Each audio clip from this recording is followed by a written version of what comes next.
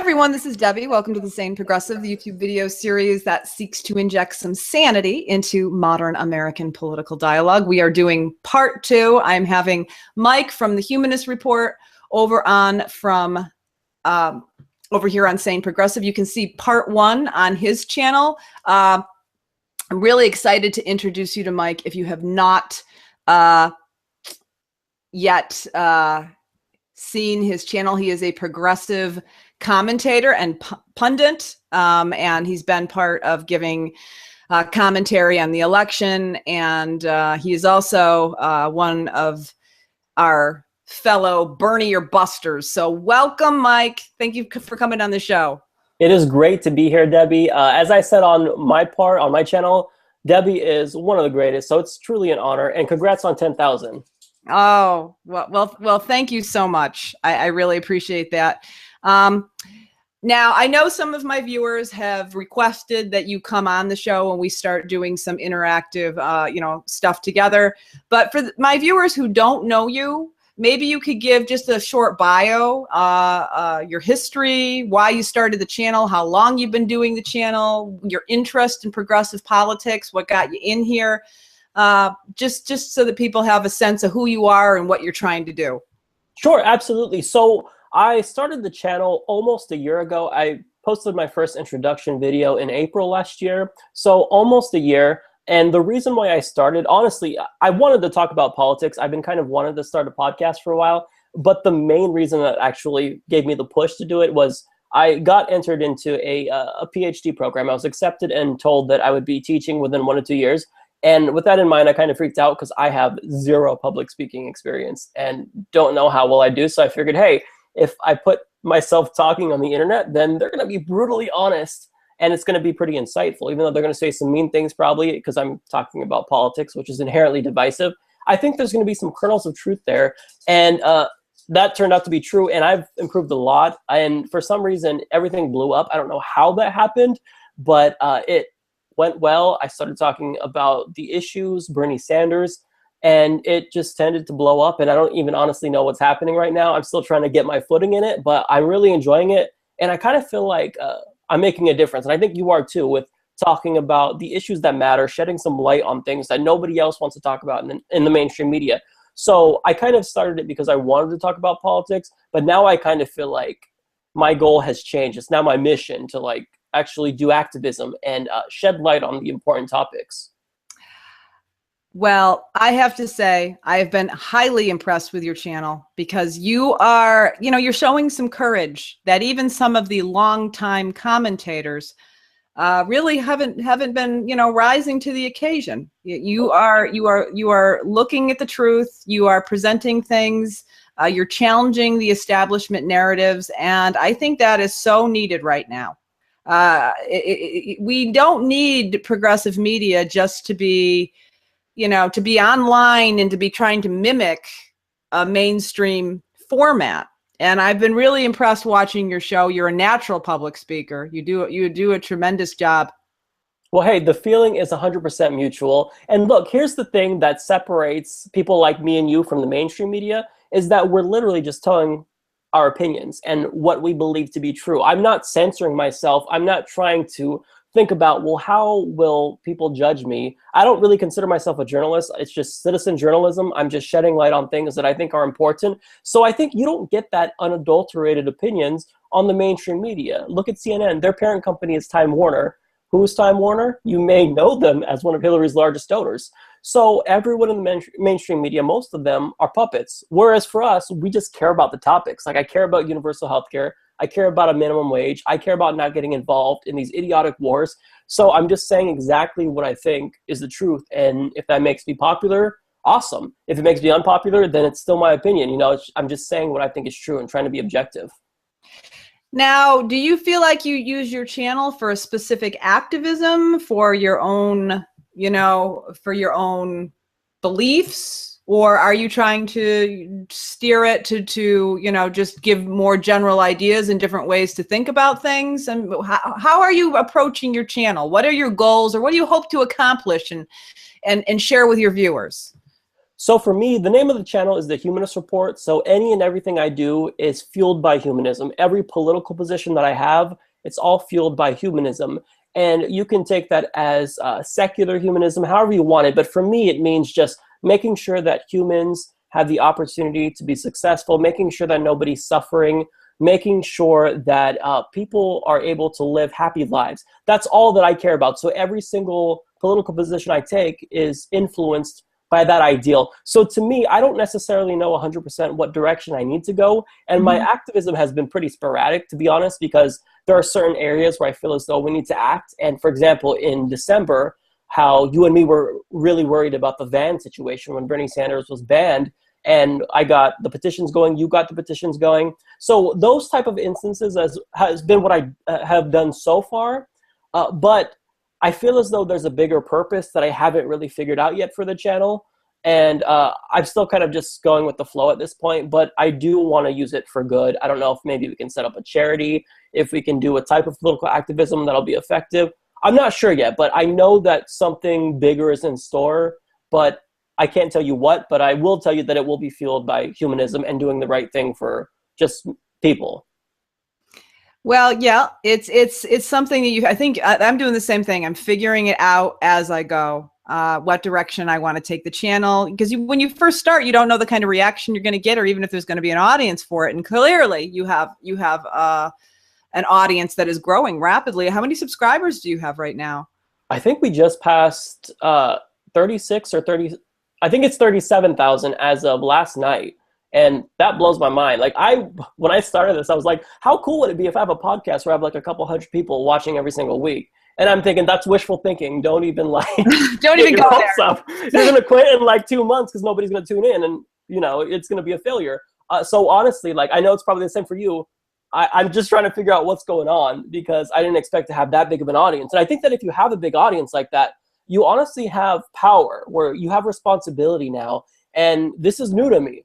Because I've always kind of been, like, I consider myself, like, part of the 99% where, I've always felt like I had no power, like powerless and disenfranchised. So now I feel as though I have to acclimate myself to having this platform and figure out what to do with it and make sure I'm doing the right thing. Well, you obviously are doing something right because here you are with your 36,000 subscribers.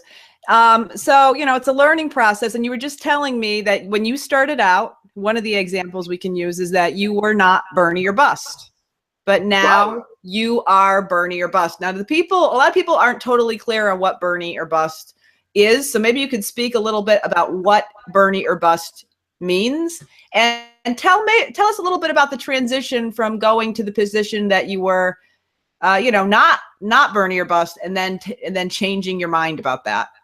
Right. So for me, Bernie or bust means that if anyone but Bernie Sanders is not the Democratic nominee, then I will not vote for the Democratic Party in November. It just means that you're either going to write in Bernie Sanders or vote for Jill Stein. For me, I'm going to vote for Jill Stein. I absolutely love her. And I feel as though she represents my ideas the best. So the reason why I wasn't Bernie or bust initially is because I was willing to support Hillary Clinton. I didn't like her in 2008. But, when she announced her bid for the presidency in early 2015, I thought, I guess I'm ready for Hillary. I mean, the Republicans aren't going to put up anyone who's sane, so I guess I'll support her. And I thought that even if I got angry with Hillary Clinton and grew disenfranchised with her, I would probably end up changing my mind come November. But this time, when we see how she treated Bernie Sanders, how the DNC has tried to rig the rules in her favor, and how she's grown exponentially more corrupt than she was in 2008, how she's taking money from special interests, how she's giving speeches to Goldman Sachs, I feel as though I have a moral obligation to not vote for her.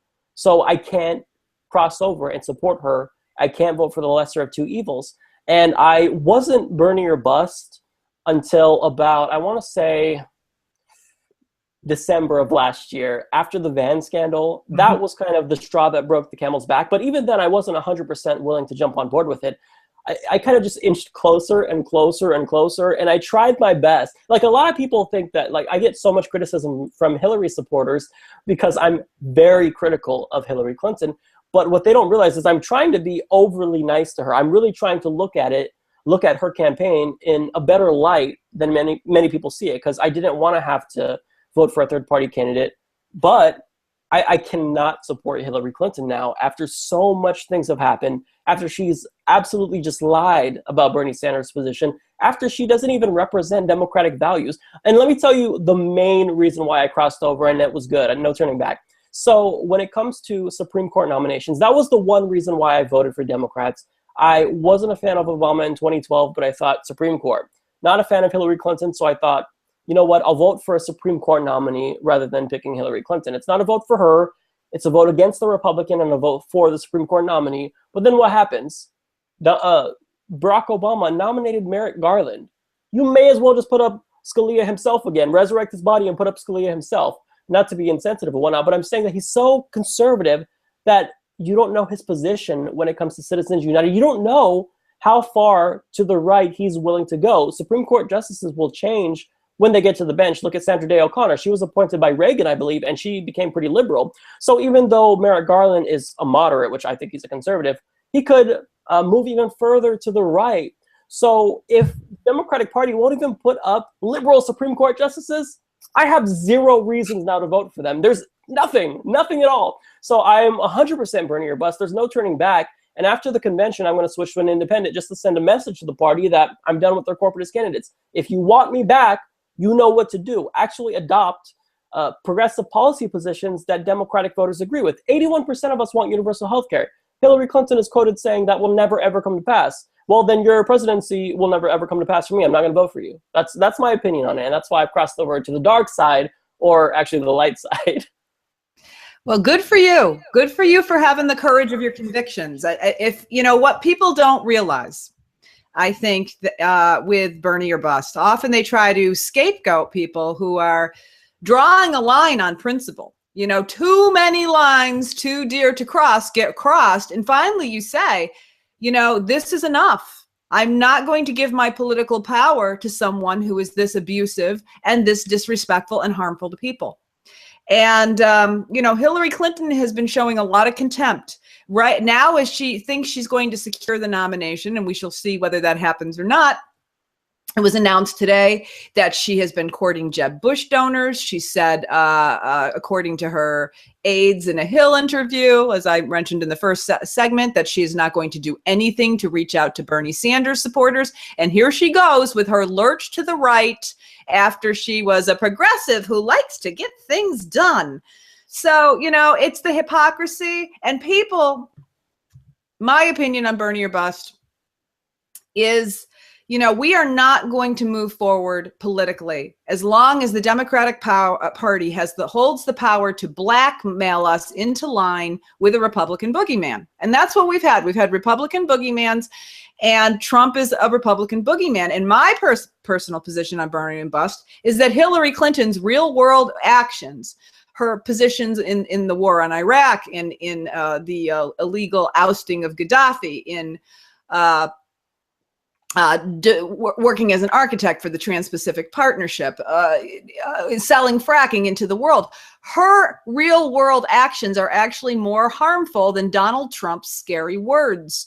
And if people are going to, and we're seeking this false sense of comfort and illusion in Hillary Clinton because we don't want to do the scary work of what really is required, which means involving government oversight and standing up, protesting, and not supporting any politician who governs for corporations in the military-industrial complex over people.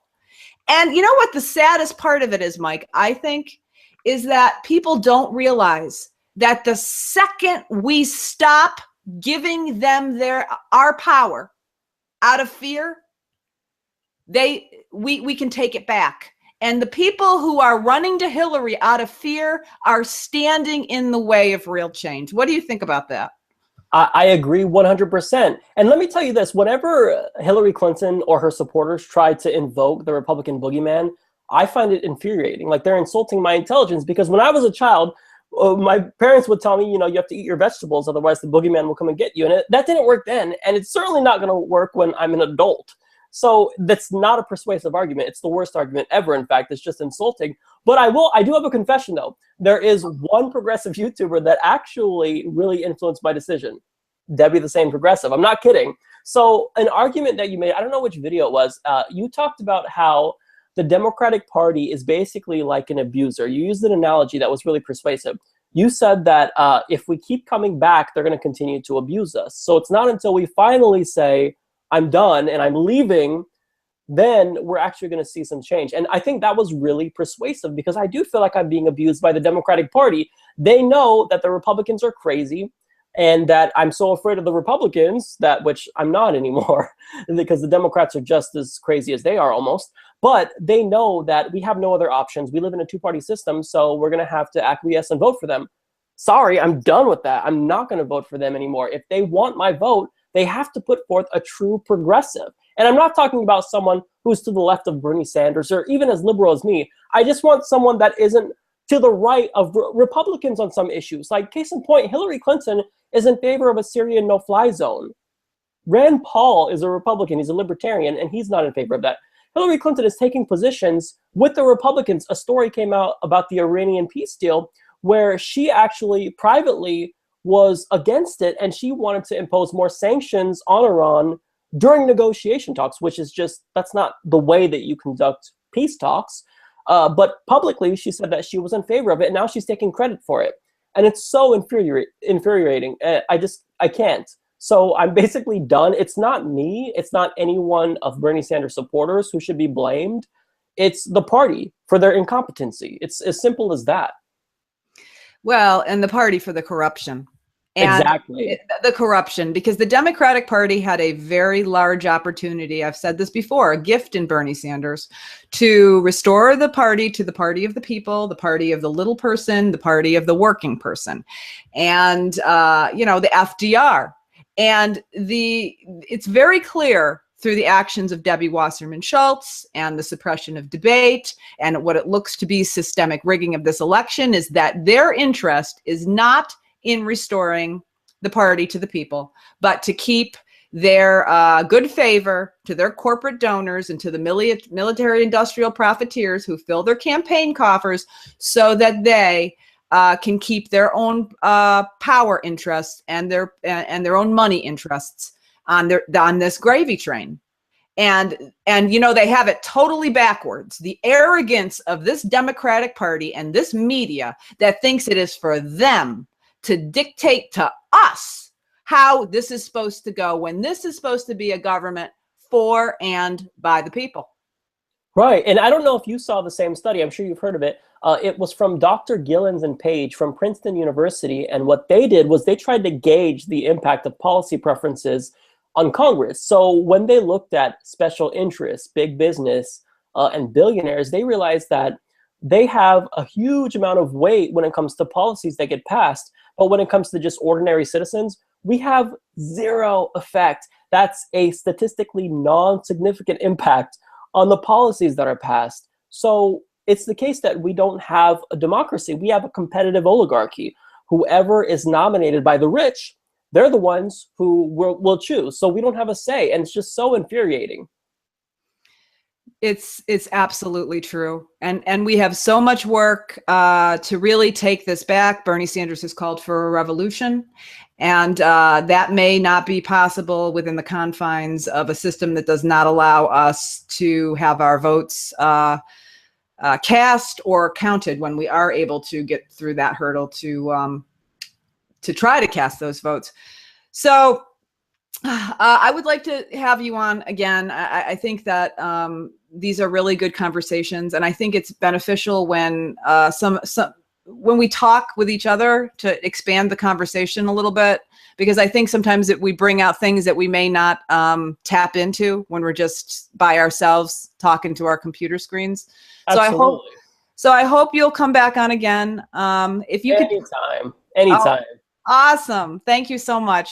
If you could tell my viewers where to find your channel, what social media networks that they can find you on, and how they can follow you. I'm sure that after hearing you today, that a lot of people will be interested in following you.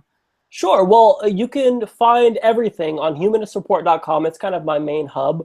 But you can follow me on Twitter at Humanist Report, and you can find me on Facebook. I honestly don't know the URL for that. So if you search for Humanist Report, it'll come up.